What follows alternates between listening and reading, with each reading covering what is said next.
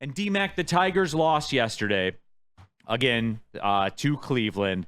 Right now, they sit 18-17. They're on a 4-game losing streak. They are now 5 games behind the Cleveland Guardians. They are 2.5 games behind the Twins and the Royals. And that is where they sit right now.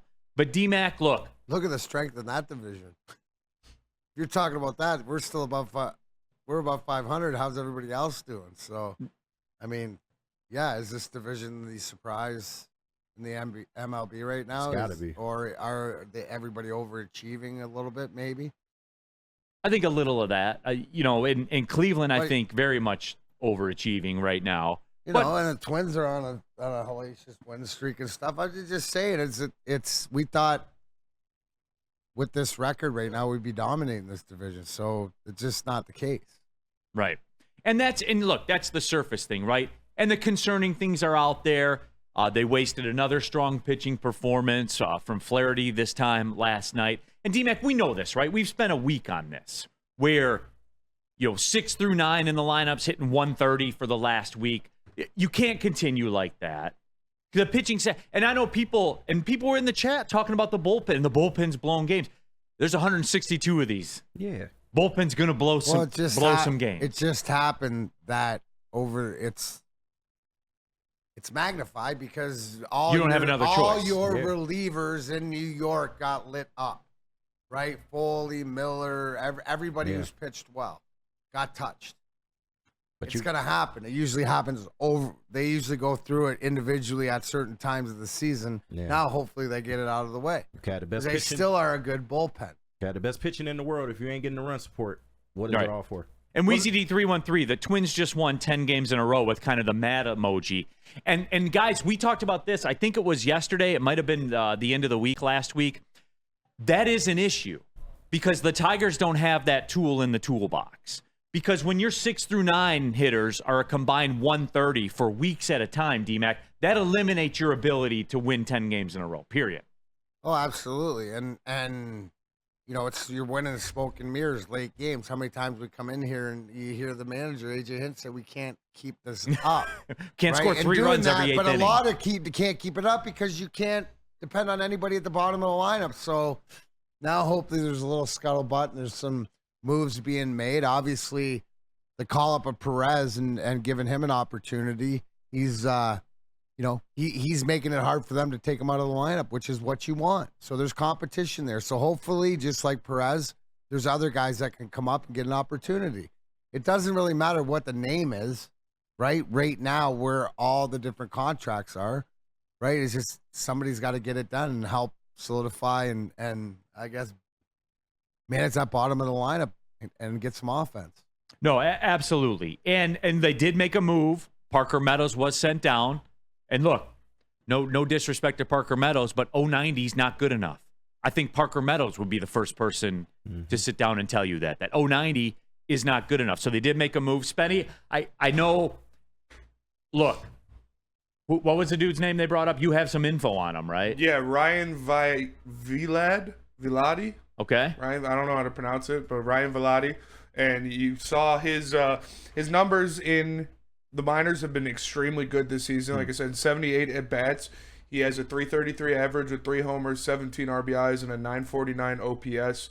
His career in the minors throughout all the time he's been there, he's a 281 average, 361 on-base OBP, and a 771 OPS. And then Rogelio put out there that advanced numbers that stand out was his 93.1 mile per hour, which is the 95th exit velocity percentile. He has a 44.6% hard hit rate, which was second in the Tigers organization to Wencel Perez, and he put 56 balls in play. So he's been tearing the cover off the ball in AAA so far this year, and he deserves this look. Former second-round pick by the Colorado Rockies back in the 2017 draft. So he's a guy that's kind of bounced around through the minor leagues, and he is 25 right now. He was claimed by the Pirates off waivers back in 2022. Spent some time at AAA Indianapolis Indians to begin the last season, but then was designated for assignment at the beginning of last season. And so, look, they're taking a spin. He's a hot hand right now. I don't know how viable this is for the long term. But D-Mac, I don't care who it is. I like the fact that, coming up, like you said, is I'm almost have the same sort of expectations, and maybe he's exceeding them in Perez right now. But if he's hitting the ball hard down there like Perez was, hopefully he comes up here and hits the ball well. What it's telling me is that Scott Harris and AJ Hinch, and maybe even to Chris Illis, the ownership, to me, this is like they're looking for different gems, right? Guys that may be a little late developing, guys that have been in the minors for a bit that need the opportunity. I mean, what comes to mind is Kerry Carpenter last year, so maybe, you don't know what an opportunity that presents itself. You look at the way Perez is playing, and he's been a minor leaguer for a bit, but finally get an opportunity. So if your star young guys who have been given an opportunity aren't producing, it's nice to see that you'll give somebody else an opportunity. Because a little behind, the curtain, the conversation as a veteran guy to sign in your organization is that, hey, you're playing behind this guy, but you do well, and they don't, you will have an opportunity. So that's what we're seeing. And I like that, because you're shaking out. You're not sitting on your laurels and you're just going to let some of these young kids just sink. I think it could benefit in the long run for both. Meadows going down and getting some at-bats and not looking at this like a punishment, but looking at it like he's got to get back on track.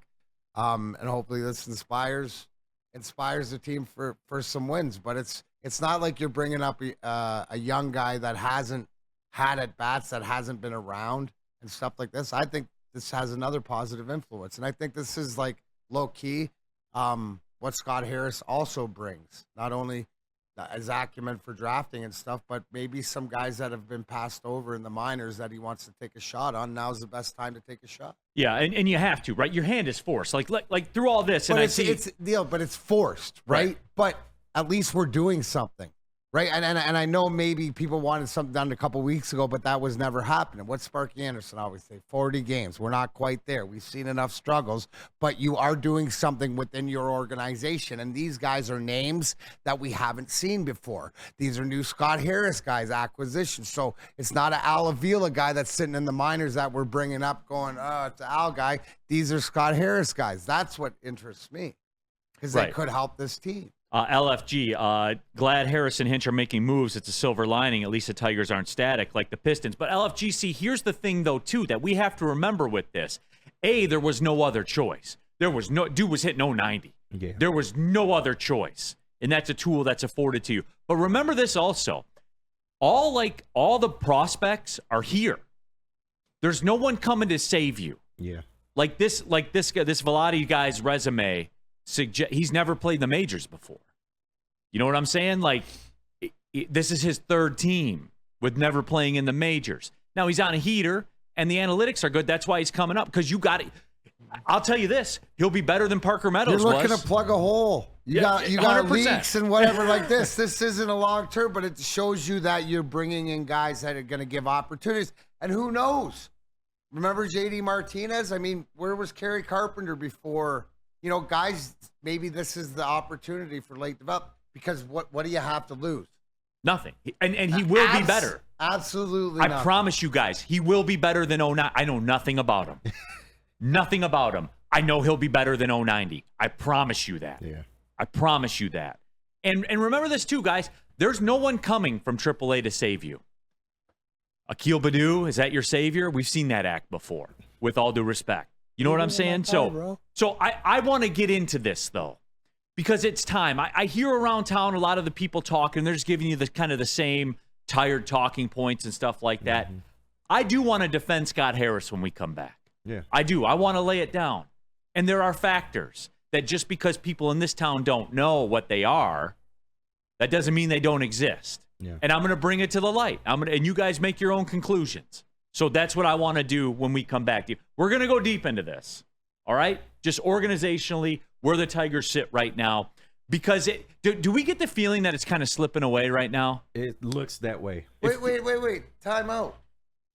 Really? You guys think it's slipping away, or it's water reaching its level to the fact of what you really have? You're a 500 team. Yeah.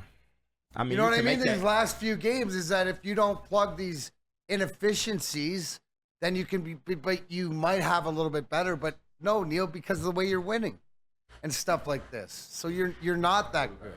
Yeah. But isn't that what you expected? I didn't expect them to be, world beaters. Oh, or whatever. no. KG told me the 4 rookie parlays going to hit. Well, Colt Keith, whose OPS is in the 300s, I believe, or something crazy like What was that. the high I point? was 90 half right. wins for this team, if even that, 85? I mean, Yeah.